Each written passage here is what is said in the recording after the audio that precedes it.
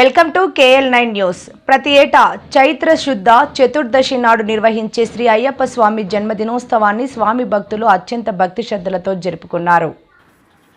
దీనిలో భాగంగా విశాఖ జిల్లా పెందుర్తి మండలం సకల దేవతాలయ ప్రాంగణంలో కొలువయ్యున్న శ్రీ పూర్ణ పుష్కల సమేత శ్రీ ధర్మశాస్త్ర అయ్యప్ప స్వామి దేవాలయ ప్రాంగణంలో స్వామి జన్మదిన వేడుకలు వైభవంగా జరిగాయి. ఈ సందర్భంగా తెల్లవారుజాము నుంచి స్వామివారి ఉత్సవ మరియు మూల విరాట్ విగ్రహాలకు పంచామృతాలతో విశేష అభిషేకాలను నిర్వహించారు. అలాగే శబరిమలలో నిర్వహించే ఆరాటు ఉత్సవం సాంప్రదాయ రీతిలో జరిగింది. ఈ సందర్భంగా ఆలయ నిర్మాణ ధర్మకర్త గురుస్వామి వాక చంద్రశేఖర్ రెడ్డి మీడియాతో మాట్లాడుతూ ఉత్సవ విశేషాలను వివరించారు. ఈరోజు స్వామివారం వేసినటువంటి మాలధారణ పరులందరికీ కూడా మహా ఉత్సవకరమైనటువంటి రోజు. కారణం యొక్క ఉత్తర ఫల్గుని నక్షత్రం స్వామివారి యొక్క జన్మ నక్షత్రం కాదు, జన్మ నక్షత్రం కన్నా జన్మ నక్షత్రంతో పాటు కలిసి ఉన్నటువంటి స్వామివారి యొక్క పుట్టినరోజు ఈరోజు విశేషించి అంతటి విశేషమైనటువంటి ఈ రోజున జరిగేటువంటి ప్రతి అయ్యప్ప దేవాలయంలోనూ కూడా విశేషమైనటువంటి అర్చనా కార్యక్రమాలు, అదేవిధంగా అభిషేక కార్యక్రమాలు జరుపుబడతాయి.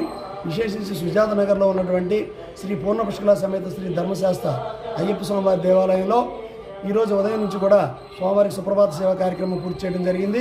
తదనంతరం స్వామివారికి పంచామృతాభిషేక కార్యక్రమము, తదనంతరం స్వామివారికి విశేషంగా ఈరోజు జరిగేటువంటి కార్యక్రమాల్లో ప్రధానమైనటువంటిది ఆరాట ఉత్సవము. ఆరాట ఉత్సవం అంటే స్వామివారు శబరిమలలో ఏ విధంగా అయితే శబరిమల గర్భగుడి నుంచి బయటికి వచ్చి స్వామివారు 5 కొండలు కూడా దిగి వచ్చి పంబా నదిలో స్నానం ఆచరించి తిరిగి మళ్ళీ ప్రయాణం అవుతారు. ఇటువంటి మహత్తరమైనటువంటి కార్యక్రమం స్వామివారి యొక్క జన్మతిథి జన్మ నక్షత్రం అయినటువంటి పుట్టినరోజు ఈ రోజున స్వామివారి శబరిమలలో జరుగుతుంది. అదేవిధమైనటువంటి ఈ కార్యక్రమాన్ని సుజాత నగర్ శ్రీ పూర్ణ పుష్కల ధర్మశాస్త్ర అయ్యప్ప స్వామివారి దేవాలయం కూడా ఈరోజు చేయడం జరుగుతుంది.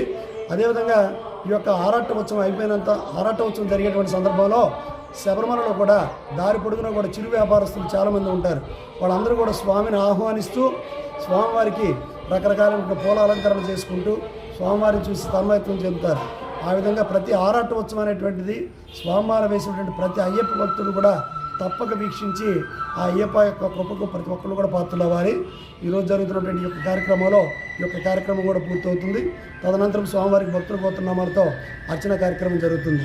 ఈరోజు స్వామివారి యొక్క పుట్టినరోజు ఆరాట ఉత్సవం, ఈ 2 విశేషమైనటువంటి రోజులు. అందులో బుధవారం రోజు కలిసి వచ్చింది. ఇంతటి విశేషమైనటువంటి దినాన ప్రతి ఒక్కరు కూడా ప్రతి దగ్గరలో ఉన్నటువంటి ప్రతి అయ్యప్ప దేవాలయానికి వెళ్ళి తప్పకుండా అయ్యప్పను దర్శించి స్వామి కరుణ కటాక్షాలకు పాత్రలు అవుతారని ఆశిస్తున్నాను. స్వామియే శరణం.